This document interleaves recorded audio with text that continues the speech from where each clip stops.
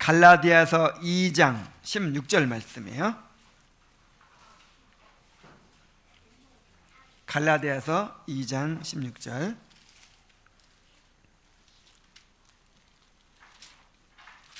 자, 함께 큰 소리로 읽겠습니다. 자, 시작.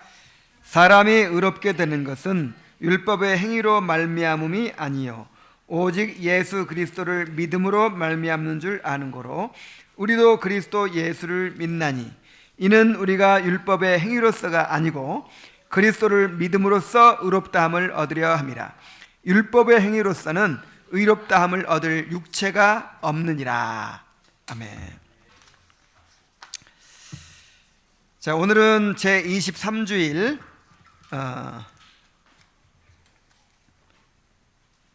하이델베르크 요리문답 59문에서 61문까지의 내용을 가지고 믿음으로 의롭게 됨이라는 제목으로 말씀을 살펴보도록 하겠습니다. 자, 우리가 지난 22주일 동안, 그러니까 주스로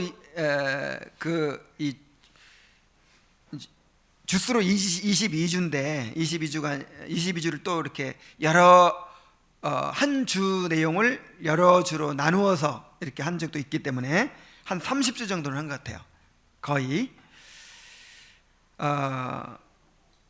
그렇게 해왔는데 이제 서론적인 거 몇 주 빼놓고 지난 19주 동안 다뤘던 게 뭐냐면 사도신경이에요. 사도신경. 우리가 믿어야 할 내용에 대해서 배웠죠. 자, 그 사도신경의 내용이 무엇이었습니까? 12가지 항목으로 되어 있는데 간단히 요약하면 성부 하나님과 우리의 창조, 성자 하나님과 우리의 구속, 성령 하나님과 우리의 성화, 이렇게 요약이 되죠. 다른 말로 하면 성부 하나님이 우리를 택하시고 성자 하나님이 우리의 구원을 이루시고 성령 하나님이 우리의 구원을 우리에게 적용시켜 주신다 하는 것이죠. 네, 성령께서는 그 구원을 우리에게 적용시켜 주실 때 믿음을 사용하십니다. 우리 안에 믿음을 일으키셔서 그리스도와 연합시켜 주시고 그리스도와 연합시켜서 그리스도께서 이루신 의를 우리에게 전가시켜 주시는 것이죠. 이것을 믿음으로 말미암아 의롭게 된다, 이렇게 이야기를 합니다. 이거를 한문으로 뭐라고 하죠? 이신칭의라고 하죠. 이신칭의, 믿음으로 의롭다함을 얻는다, 그런 뜻이에요. 이신칭의. 자, 그래서 오늘 이신칭의의 교리에 대해서 한번 살펴보는 것입니다. 이 기독교의 교리 가운데 물론 이제 모든 교리가 다 중요하지만 가장 핵심적으로 중요한 교리가 바로 이 이신칭의 교리예요. 자, 이제 한번 시작해 봅시다. 자, 먼저 우리가 그동안에 사도신경을 배워왔는데 사도신경 우리가 믿어야 할 바라고 했죠. 자, 우리가 무엇을 믿어야 될지 이 내용이 사도신경이라고 했죠. 그런데 이 모든 것을 믿는 것은 우리에게 어떤 유익을 줍니까? 하는 질문이에요. 자, 59문을 다시 한번 읽어봅시다. 자, 시작. 이 모든 것을 믿는 것이 당신에게 지금 어떤 유익을 줍니까? 답. 그리스도 안에서 나는 하나님 앞에 의롭게 되며 영원한 생명의 상속자가 됩니다. 그래서 우리가 그것을 믿으면, 이 사도신경의 내용을 믿으면, 아주 그냥 핵심적인 것을 요약하자면 그리스도께서 이루신 구원을 믿으면 어떻게 된다고요? 두 가지. 한 가지는 그리스도 안에서 우리가 하나님 앞에 의롭게 된다 그랬고, 또 한 가지는 영원한 생명의 상속자가 된다 그랬어요. 자, 그리스도 안에서 우리가 하나님 앞에 의롭게 된다, 이 부분부터 살펴보죠. 여기서 의롭게 된다는 것은 실제로 우리의 행위가 완전히 의로워진다 그런 뜻은 아니죠. 우리는 영원히 천국에 들어가서 이제 영원히 하나님의 영광을 누리게 될 때까지는 이 죄의 오염을 벗어날 수가 없습니다. 그래서 의롭게 된다, 여기서 의롭다 하심 받는다 할 때는 실제적으로 우리 속까지 다 의로워지는 걸 말하는 게 아니라고요. 의롭게 된다는 것은 하나님께로부터 의롭다고 선언을 받는다 그 뜻이에요.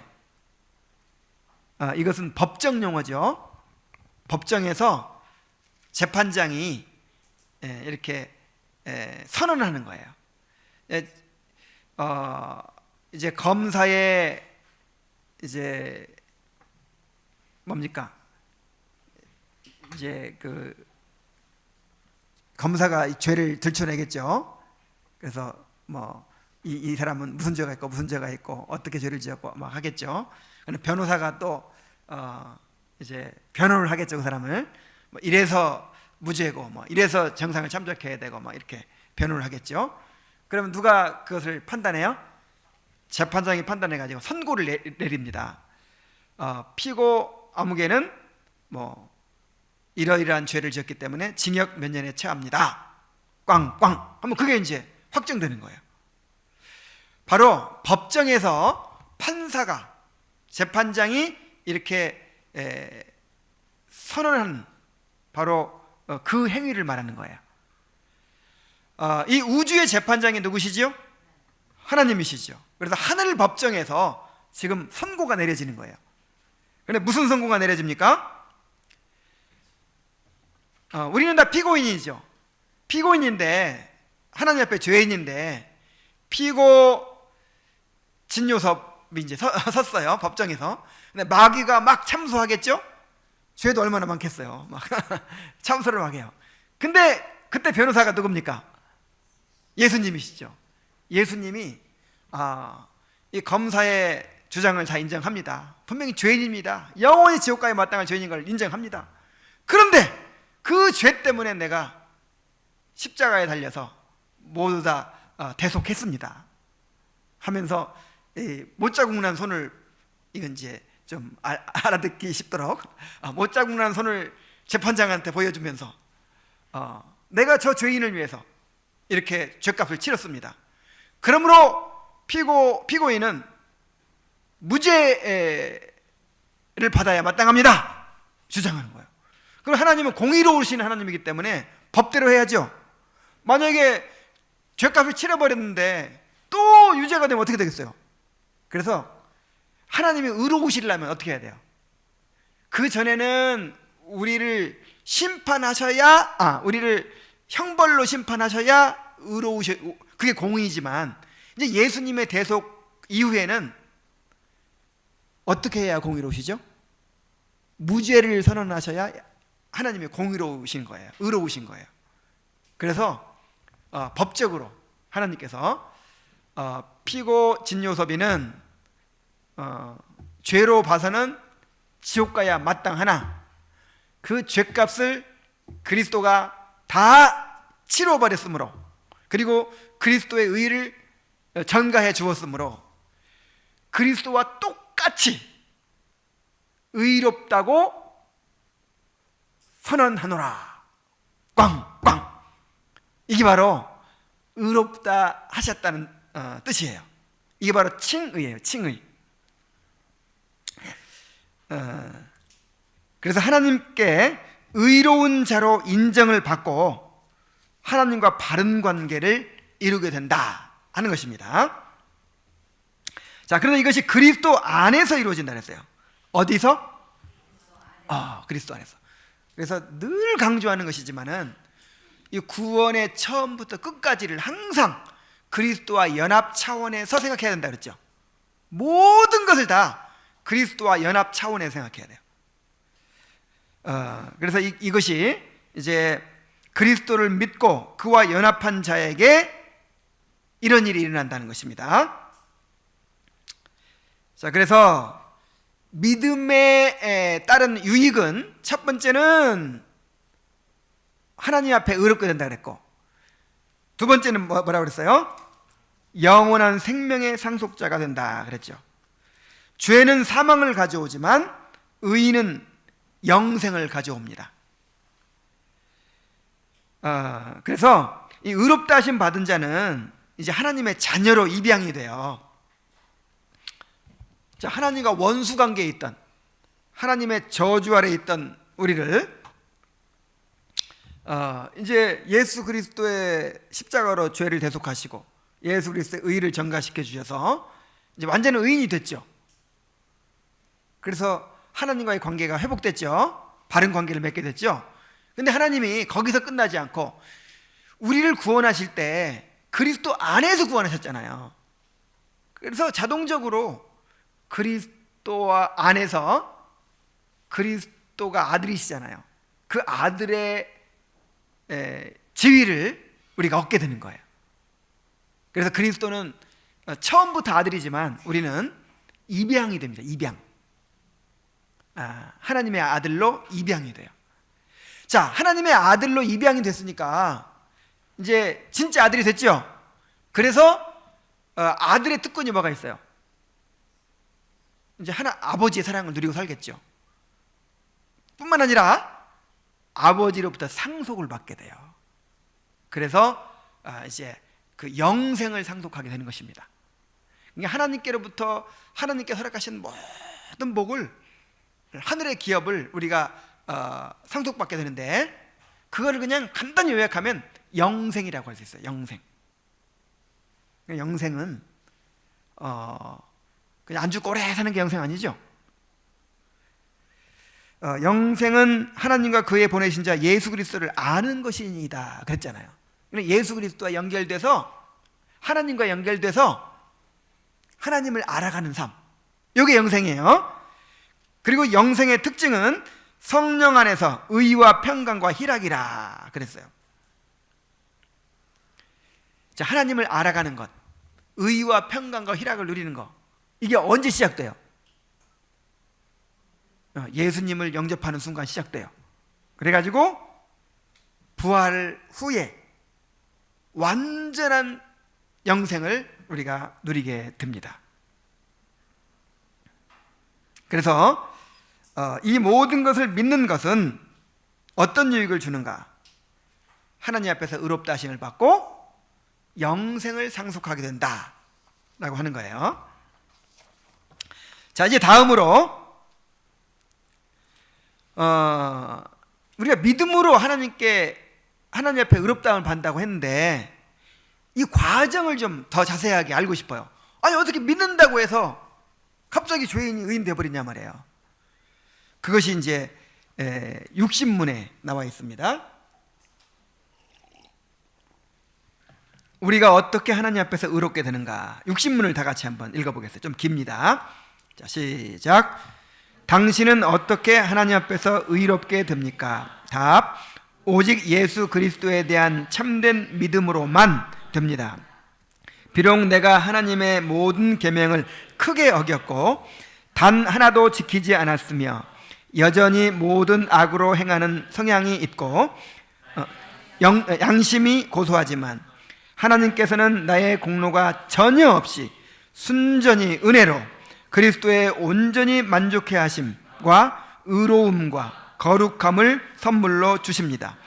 하나님께서는 마치 나에게 죄가 전혀 없고 또한 내가 죄를 짓지 않은 것처럼 실로 그리스도께서 나를 위해 이루신 모든 순종을 내가 직접 이룬 것처럼 여겨 주십니다. 오직 믿는 마음으로만 나는 이 선물을 받습니다. 어떤 과정을 통해서 우리가 의롭게 되는 걸까요? 자, 우리는 하나님 앞에 의롭지 못하죠. 우리는 하나님 앞에 죄인일 수밖에 없어요. 항상 우리는 하나님의 모든 계명을 크게 어겼고 단 하나도 지키지 않았다 그랬죠. 자, 이 말에 동의합니까? 지난 한 주간 동안 한번 삶을 비춰보세요. 그 중에 하나님의 모든 계명 중에서 내 요거 한 가지는 내가 확실히 지켰다. 자, 어떤 거 지키셨나요? 지켰다고 생각되는 사람들은 저 십계명 강의를 한번 들어보세요. 우리는 어겨도 조금 어긴 게 아니에요. 크게 어겼어요. 하나님의 계명을 크게 어겼습니다. 근데 그 모든 죄가요, 그냥 사소한 죄가 아닌 거예요. 하나님 말을 듣는 대신에 누구 말을 들은 거예요? 마귀의 말을 들은 거예요. 하나님을 배반하고 반역한 거예요. 그리고 단 하나도 지키지 않았다 그랬죠. 하나님의 계명을 모든 계명을 크게 어겼고 단 하나도 지키지 않았어.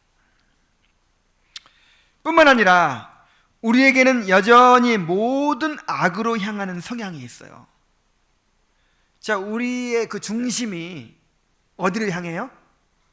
악으로 향해요. 악으로. 정말 우리 안에서 이거를 우리가 깨달아야 돼요. 정말 악으로 향하는 성향, 하나님을 미워하는 성향, 자꾸만 하나님을 마음에서 몰아내는 성향, 사람들을 미워하는 성향, 경쟁하는 성향, 시기하고 그 다음에 미워하고 나만 잘 되기를 바라고 내 생각만 하고, 자, 이런 성향이 우리를 지배하고 있어요.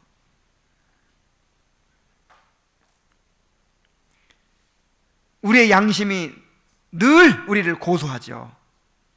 하나님께서 우리가 죄를 깨닫도록 이렇게 양심을 주셨습니다. 양심이 우리를 죄인이라고 날마다 고소하죠. 근데 이제 양심마저 그냥 부패해가지고 고장나가지고 고소도 못 느끼는 사람이 있어요. 그거는 진짜 저주받은 상태. 그게 심판이에요. 그러니까 어떤 사람은 내가 죄인인지도 잘 모르겠다, 괴롭지도 않다, 그거는 완전 심판의 상태예요. 하나님, 그게 형벌이에요. 형벌. 하나님께서 벌 주실 때 궁극적으로는 지옥에 던져 넣는 것이지만은 이제 진짜 큰 벌, 이 땅에서 받는 큰 벌 중에 하나가 버려두시는 거예요. 우리 자녀들 막 망나니 짓하고 막 그런 자녀들이 있다고 칩시다. 훈계하고 때로는 매를 때리고 잔소리하고 혼내고 막 하죠. 근데 가장 큰 벌이 뭘까요? 냅둬 버려. 그 자식 죽더니 살때 냅둬 버려. 그리고 아버지가 이제 매도 안 드는 거예요. 상관도 안 해버리는 거예요. 이건요, 벌 중에서 최고 무서운 벌이에요.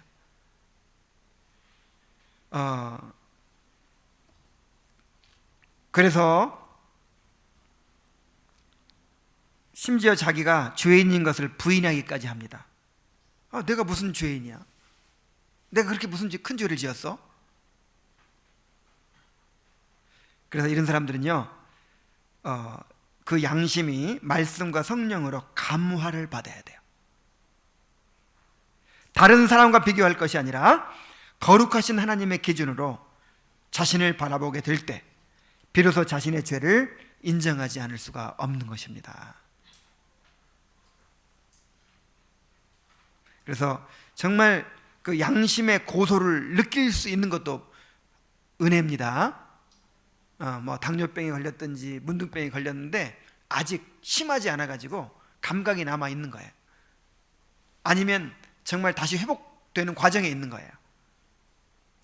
이 감각이 돌아오는 거니까 정말 그런 감각을 주시도록 은혜를 구하시기 바랍니다. 자, 우리가 이렇게 모든 계명을 크게 어겼고 단 하나도 지키지 않았고 여전히 모든 악으로 향하는 성향이 있어서 우리의 양심이 늘 우리를 고소하는 이런 상태에 있습니다. 그럼에도 불구하고 하나님은 우리의 공로가 전혀 없이 순전히 은혜로 이 의를 주십니다. 지금 이걸 엄청 강조하고 있어요. 오직 믿음으로, 우리의 공로가 전혀 없이, 그 다음에 순전히 은혜로, 이런 걸 강조하고 있죠. 하나님은 우리의 공로가 전혀 없이 이 의를 주신다는 거예요. 그러니까 우리의 행위나 공로를 1%도 참작한다 안 한다? 안 한다는 거예요. 만약에 1%라도 우리의 행위를 참작한다면 우리가 의롭다 하심 받을 수 있을까요? 없을까요? 없어요. 그래서 우리의 공로는 전혀 없이, 상관없이 오직 은혜로, 순전히 은혜로 이 의를 주십니다. 디도서 3장 5절에 이렇게 말씀하셨어요. 우리를 구원하시되 우리의 행한 바 의로운 행위로 말미암지 아니하고. 자, 우리의 행한 바 의로운 행위로 말미암지 아니하고 오직 그의 긍휼하심을 따라 그냥 불쌍히 여기셔서 우리를 구원해 주시는 거예요. 중생의 씻음과 성령의 새롭게 하심으로 하셨다 그랬어요. 그러니까 우리는 뭔가 좀 고쳐가지고 될 문제가 아니에요. 뭔가 노력해가지고 될 문제가 아니에요. 중생의 씻음, 이 중생의 씻음이 뭐예요? 이 본성을 바꿔주는 걸 말해요. 본성을 바꿔. 중생의 씻음, 성령의 새롭게 하심, 이 같은 말이에요. 중언법이에요. 그래서 이거를 이제 죄를 씻는 역사, 그 다음에 굳은 마음을 제거하는 역사, 그 다음에 영적인 생명의 원리를 심는 역사를 말하는 거죠. 중생의 씻음과 성령의 새롭게 하심, 이거는 이 죄를 씻는 역사, 그 다음에 굳은 마음을 제거하는 역사, 또 영적인 생명의 원리를 우리 안에 심는 역사, 이런 중생의 역사를 말하는 것입니다. 그 다음에 로마서 3장 23절 24절에 보면은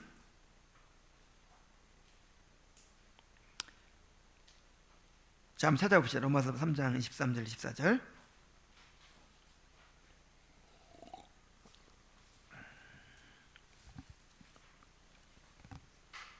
자, 또 같이 읽어보겠어요. 자, 시작. 모든 사람이 죄를 범하였음에 하나님의 영광에 이르지 못하였더니 그리스도 예수 안에 있는 속량으로 말미암아 하나님의 은혜로 값없이 의롭다함을 얻은 자 되었느니라. 자, 우리는 도무지 하나님의 영광에 이르지 못했어요. 도무지 하나님 앞에 설 수 없는 자들이에요. 그런데 예수 안에 있는 속량으로 말미암아, 속량, 예수님께서 우리 대신 죄를 대속해 주시는 그 은혜로 말미암아 하나님의 은혜로 뭐 없이? 값 없이 의롭다 하심을 얻은 자 되었느니라. 그래서 순전히 은혜로 그리스도의 온전히 만족해 하심과 의로움과 거룩함을 선물로 주셨다 하는 거예요. 순전히 은혜로, 공짜로. 자, 세 가지죠. 한번 따라해 봅시다. 온전히 만족해 하심, 의로움, 거룩함. 자, 이제 믿음으로 예수님과 연합이 됐어요. 그러면 예수님 안에 있는 온전히 만족해 하심과 거룩함과 의로움과 거룩함이 이제 나한테로 오는 거예요. 전가되는 거예요. 온전히 만족해 하심이 뭡니까? 그리스도의 십자가의 대속을 말하는 거예요. 자, 예수님의 십자가는 왜 지셨을까요? 왜 예수님의 십자가를 지셨죠?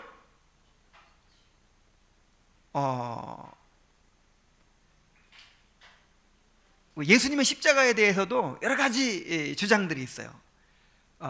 예를 들어서 모범설이다, 이런 게 있어요. 하나님이 얼마나 우리를 사랑하시는지를 보여준 거라는 거예요. 예수님이 자기 목숨을 바칠 정도로 우리를 사랑하셨어요. 그러면 사람들이 예수님의 사랑이 너무 놀랍다, 감동해가지고 이제 하나님 믿게 되고 삶을 돌이키게 된다는 거죠. 아멘? 노맨이에요 이거는. 그럴싸하지만 아닙니다. 아니 단지 그냥 이렇게 하나님이 얼마나 사랑하시는지를 보여준 정도라는 거예요. 여기 자유주의자들이 하는 말이에요. 자, 이거 잘못된 거예요. 그 다음에 또 이 배상설이라는 게, 배상설. 사단한테 이제 사단한테 우리가 다 포로로 잡혀 있으니까 이제 그걸 찾아오기 위해서 예수님이 그 몸값을 치렀다는 거예요. 자, 누구한테 갚았어요? 사단한테. 이걸 배상설이라고 그래요. 아멘? 노맨이에요? 아니 무슨 사단한테 무슨 빚을 져요. 자, 예수님의 십자가는요, 왜 십자가를 졌냐면은 하나님의 공의를 만족해 하기 위해서요. 하나님은 죄에 대해서 진노하십니다. 죄는 반드시 벌하셔야 돼요. 그래서 우리가 이제 하나님 앞에 서기 위해서는 하나님의 그 진노를 받아야 되는 거야. 이 죄값을 치러야 되는 거예요. 하나님의 공의를 만족시켜야 돼요. 이 하나님의 공의의 요구는 두 가지예요. 하나는 율법을 완전하게 지켜라, 그리하면 살리라. 이게 하나님의 의의 요구예요. 그 다음에 못 지키면 어떻게 하라는 거예요? 이제 하나님의 형벌을 받으라는 거죠. 그 대가를 받으라는 거죠. 그래서 우리는 못 지켰으니까 뭘 받아야 돼요? 형벌을 받아야 하나님의 공의가 만족되는 거예요. 그래서 그 하나님의 공의를 만족시키기 위해서 예수님께서 십자가에 달려 죽으셨습니다. 그래서 그걸 만족설이라 그래요. 그래서 예수님이 우리의 죄값을 대신 십자가에서 치르심으로 말미암아 하나님의 공의를 온전히 만족해 하셨어요. 뭐 조금 남았어요? 그렇지 않아요. 완전히 만족해 하셨어요. 죄값이 완전하게 치러졌어요. 그래서 온전히 만족해 하심입니다. 그런데 죄값만 치러지면 이제 끝나나요? 죄값 치러진 것은요, 본전으로 돌아온 거예요. 이제 빚 갚은 걸로 끝나나요? 그렇지 않죠. 빚은 갚아서 이제 빚쟁이는 아닌데 뭐가 필요해요? 이제 의가 필요하지. 의. 하나님 앞에 서려면 뭐가 필요해요? 율법을 완전하게 지켜야 된단 말이에요. 못 지킨 거에 대한 벌은 이제 끝났지만 그 다음에 완전히 또 지켜야 될 요구가 있잖아요. 그래야 하나님 앞에 설 수 있다니까. 그래서 예수님께서 그 의의를 마련하신 거예요. 예수님은 율법을 제정하신 분이잖아요. 하나님이시잖아요. 그래서 율법에 대한 의무가 있어요, 없어요? 예수님은 율법의 심판자이시고 제정자이시지 율법을 지켜야 될 의무 이런 게 있는 분이 아니에요. 그런데 예수님이 우리를 위해서 율법 아래에 나시고 그 다음에 율법을 다 이루셨어요. 심지어 모세의 율법, 모든 율법을 완벽하게 다 이루셨어요. 이 도덕법을 다 이루셨어요. 이것은 누구를 위한 것이었을까요? 예수님 원래 의의가 있어요. 예수님은 원래 의의가 있기 때문에 어떤 의의를 획득할 필요가 없죠. 그러나 우리를 위해서 율법의 의의를 획득하셨어요. 그래서 이제 예수님과 연합된 사람은 예수님께서 순종을 통해 이루신 그 율법의 의의를 전가받게 되는 것입니다.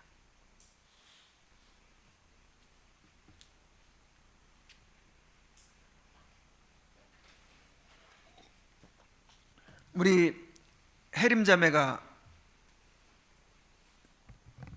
차 있죠? 해림자매 차. 그 차가 어디 생겼죠? 전가받은 거예요, 그게. 결혼을 했는데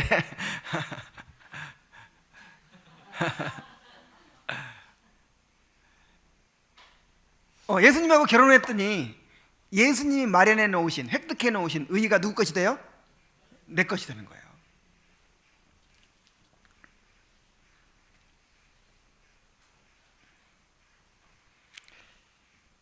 자, 그 다음에 거룩함도 있어요. 거룩함은 성화를 말합니다. 성화. 그러니까 의로움만 있는 게 아니에요. 법적인 면만 있는 게 아니야. 법적으로 일단 죄책을 면해주고 의롭다함 받게 한 다음에 실제적으로도 성화를 이루어 주시는 거예요. 그래서 이제 즉각적인 성화도 있죠. 우리가 거듭날 때 우리 본성이 바뀌고 하나님의 거룩한 백성으로 구별되는 그런 즉각적인 성화도 있고, 그 다음에 이제 평생에 걸쳐서 점진적으로 성화가 이루어지는 점진적인 성화도 있어요. 근데 그 모든 성화의 과정이 전부 다 그리스도로부터 오는 거예요. 그리스도께서 값없이 우리에게 선물로 주시는 거예요. 우리는 그래서 어차피 우리도 성화돼요. 성화가 완성될 거예요. 근데 지금 달달이 할부로 지금 받고 있어서 그렇지 결국은 다 받습니다. 결국은 선물로 받습니다. 그래서 이 은혜를 받은 결과가 무엇입니까? 자, 이렇게 이 은혜를 받은 결과가 이것입니다. 마치 나에게 죄가 전혀 없고 또한 내가 죄를 짓지 않은 것처럼 여겨주십니다. 이게 십자가의 공로예요. 자, 나에게 뭐가 없어요? 죄가 전혀 없고 마치 죄를 한 번도 짓지 않은 것처럼 그렇게 여겨주십니다. 왜냐하면 십자가의 대속으로 죄책이 해결됐기 때문이죠. 그리고 이제 적극적으로는 실로 그리스도께서 나를 위해 이루신 모든 순종을 내가 직접 이룬 것처럼 여겨주십니다. 자기가 사지도 않았는데 자기 차처럼 타고 다니는 거예요. 이거 누구 차요? 내 차인데요? 그러는 거예요. 우리는 순종도 안 했잖아요. 맨날 크게 어기기만 했잖아. 근데 하나님은 우리가 율법 다 완벽하게 지킨 것으로 인정해 주시는 거예요. 왜냐하면 그리스도께서 이루신 율법의 의를 우리한테 전가해 주셨기 때문입니다. 우리한테 다 전가해 주시고 예수님은 지금 출장 가셨어. 북경으로, 아니 천국으로.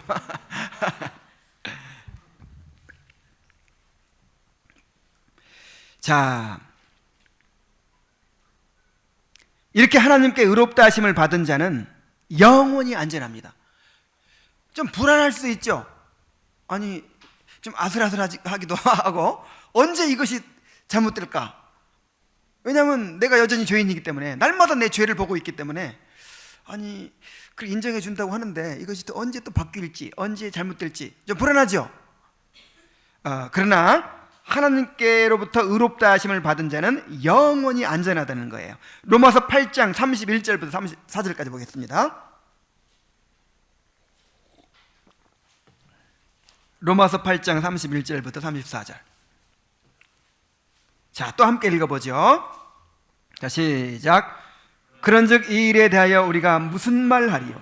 만일 하나님이 우리를 위하시면 누가 우리를 정죄하리? 자기 아들을 아끼지 아니하시고 우리 모든 사람을 위하여 내주시니가 어찌 그 아들과 함께 모든 것을 우리에게 주시지 아니하시겠느냐? 누가 능히 하나님께서 택하신 자들을 고발하리요? 의롭다 하신 이는 하나님이시니 누가 정죄하리요? 죽으실 뿐 아니라 다시 살아나신 이는 그리스도 예수시니 그는 하나님 우편에 계신 자요 우리를 위하여 간구하시는 자시니라. 자, 왜 우리가 안전할 수밖에 없냐면 두 가지 이유를 들고 있어요. 하나는 우리를 의롭다고 선언하신 재판장이 누구예요? 우리 아버지 하나님이세요. 우리 아버지신 하나님이 우리를 의롭다고 선언해 주셨어요. 그런데 이 하나님의 의롭다고 하신 선언은 영원히 변화될 수가 없어요. 왜냐하면 최고 법정이거든. 지방법원 판결은 고등법원에서 뒤바뀌죠. 고등법원 판결은 또 대법원에서 바뀔 수 있죠. 근데 하나님이 한번 의롭다고 딱 인정하면 하나님보다 더 높은 법정이 있어요, 없어요? 없어요. 그리고 하나님이 한번 의롭다고 해놓고 아이고 판결 잘못됐네, 다시 조사해보니까 잘못됐네 하고 다시 할 수 있어요? 아니, 하나님은 완전해요. 하나님 판결은. 그래서 하나님이 한번 의롭다고 하시면 영원히 안전한 거예요. 그리고 그 재판장이 누구라고요? 또 우리 아버지야. 우리 아버지. 또 한 가지 이유는 뭐냐면 우리와 연합하신 그리스도가 우리의 중보자가 되시기 때문입니다.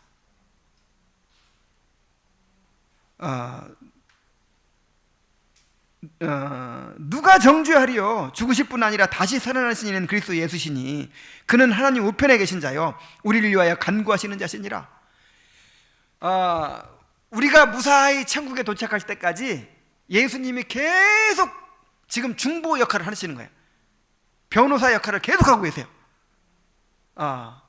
끊임없이. 그래서 우리를 의롭다고 하신 하나님이 우리 아버지시기 때문에 우리 하나님 아버지가 재판장이시기 때문에, 또 한 가지는 우리의 중보자 그리스도께서 계속해서 우리를 위해 중보하고 계시기 때문에 얼마나 확실합니까? 그런데 이 선물을 오직 믿는 마음으로만 받는다는 거예요. 무슨 마음으로만? 왜 믿는 마음이라 그랬을까? 그냥 믿음이라고 하지 않고. 믿는 마음, 이게 뭐냐면 거듭나야 이렇게 믿는 거예요. 거듭나서 이렇게 믿게 된 사람만. 오직 믿음으로 의롭다 하심을 받는다는 것을 반복해서 강조하죠. 왜냐하면 로마 카톨릭에서도 믿음으로 구원받는다고 하거든요. 그런데 오직 믿음이라는 것은 부인해요. 우리에게는 은혜가 필요합니다. 은혜로 구원받습니다. 우리에게는 믿음이 필요합니다. 믿음으로 구원받습니다. 엄청 강조해. 근데 거기에 뭐가 빠졌어요? 오직이 빠졌어. 오직. 이게 조금 차이인 것 같은데 하늘과 땅 차이예요. 오직 믿음, 오직 은혜. 카톨릭에서는 우리가 믿어야 되지만 또 뭐도 필요하다고 그래요? 하나님의 은혜로 되지만 우리도 협력을 해야 돼. 그러나 성경은 구원은 하나님의 일이라고 얘기합니다. 구원은 처음부터 끝까지 누구의 일? 하나님의 일. 구원에 관해서는 우리가 1%도 우리가 참여할 수가 없어요. 하나님이 하시는 거예요, 구원은. 오직 믿음으로라는 말은 우리의 행위나 공로가 전혀 없이 오직 믿음으로만이라는 뜻입니다.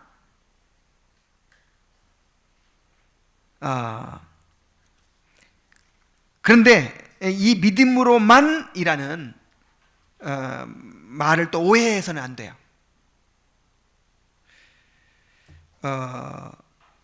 믿음으로만 하니까 믿음으로만 이라는 말은 행위나 공로가 전혀 섞이지 않고 오직 은혜를 받음으로만 된다는 뜻인데, 그렇다고 해서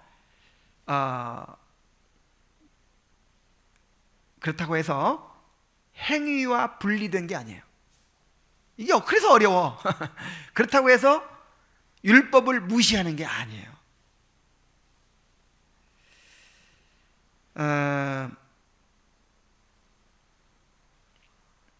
야고보서 2장 17절에 보면은 행함이 없는 믿음은 그 자체가 죽은 것이라 그랬죠. 칼빈이 그런 말을 했어요. 오직 믿음으로 의롭다 하심 받는다. 오직 믿음으로. 그런데 그 믿음은 홀로 있지 않다. 그 믿음에는 뭐가 따른다? 행위가 따른다. 또 율법을 무시하지 않는다는 거예요. 로마서 3장 31절에 그런즉 우리가 믿음으로 말미암아 율법을 파기하느냐? 그럴 수 없느니라. 도리어 율법을 굳게 세우느니라 그랬어요. 율법을 지키는 것과 전혀 관계없이 믿음으로만 이제 의롭다 하심 받았잖아요. 그러면 이제 율법을 안 지켜도 천국 간다. 율법에서 해방됐다. 그러나요? 그게 아니라 오히려 믿음으로만 의롭다 하심 받은 사람은 율법을 굳게 세운다는 거예요. 율법을 더 열심히 지킨다는 거예요. 왜 그럴까요? 왜 그럴까요? 이 믿음이라는 게요, 그냥 믿어지는 것만 믿음이 아니에요. 예수님의 십자가가 딱 믿어졌어. 요게 믿음이 아니에요. 그게 포함되어 있는 것이지만 요게 믿음이 전부가 아닌 거예요. 믿음은 전인격적인 요소를 가지고 있다 그랬죠. 지, 정, 의, 이 전인격적인 요소를 가지고 있어요. 이 지적인 요소가 뭐예요? 그 믿어야 할 내용을 다 알고 그게 믿어지는 걸 말하는 거예요. 내가 무엇을 믿어야 할지 압니까? 그리고 거기 믿어집니까? 그럼 이게 지적인 요소예요. 그 다음에 무슨 요소가 있어야 돼요? 진짜 믿었으면 이제는 이 감정적인 요소가 있는 거예요. 이 감정적인 요소라는 게 뭐냐면 이걸 이제 동의라고도 표현하고 확신이라고도 표현하고 막 그러는데, 쉽게 말하면 마음을 온통 차지하는 거예요. 그게 마음을 온통 차지해. 이게 지금 보통 문제입니까 이게? 지옥에서 천국 간 건데, 예수 그리스도와 연합하는 건데 그냥 머리에만 그냥 머물러 있는 게 말이 돼요? 안 돼요? 우와, 이거 정말 죄에서 건진받는 건데 이게 마음을 차지하는 거예요. 그래가지고 마음을 차지하니까 어떻게 돼요? 이제 세 번째, 의지적인 요소. 자기를 이제 거기에 던지게 돼요. 그걸 신뢰 혹은 의탁 이렇게 얘기하는데, 자기를 거기에 맡기게 돼요. 다시 말해서 그렇게 행동하고 그렇게 살게 만든다 이거예요. 그래, 이제 아브라함의 믿음을 한번 예로 들어봅시다. 하나님께서 아브라함에게 너는 본토 친척 아비 집을 떠나 내가 지시할 땅으로 가라. 내가 너를 복주어서 네 이름을 창대케 해주고 가나안 땅을 선물로 주고 또 큰 민족을 이루게 해주고 너의 씨를 통해서 천하 만민이 복을 얻으리라. 이게 이제 그리스도에 대한 약속이죠. 그 약속을 듣고 믿었어요. 여기 지적인 요소라고 합시다. 그 다음에 아브라함의 감정이 어땠나요? 그것이 미치는 것이 어떤 것이 있었나요? 아브라함은 멀리서 보고 환영했다 그랬죠. 그 다음에 나의 때 볼 것을 바라고 또 보고 즐거워하였느니라 그랬죠. 그러니까 아브라함은요, 그것이 온통 마음을 사로잡은 거야. 그래서 막 멀리서 보고 환영했다고 하잖아. 그것이 머릿속에만 있는 것이 아니라 이 약속이 이제 아브라함의 인생을 주장하는 거예요. 그래서 막 그것 때문에 기쁘고 그것 때문에 그냥 천막생활도 다 이겨내고 막 그러는 거예요. 그리고 그렇게 마음을 지배하다 보니까 어떻게 됐어요? 본토 친척 아비 집을 떠났어요. 이게 믿음이야. 이게 진짜 믿음이 이렇게 돼야 안 돼요? 이게 믿음이야. 이게. 그래서 믿음은 단지 믿어져. 믿어지면 그게 구원받는 거다 이렇게 막 생각을 하는데 그게 아니에요. 분명히 믿어지는데 전혀 그게 그 사람의 마음을 지배하지 않아요. 그리고 그대로 살질 않아. 그 믿는 거야 아니에요? 아니에요.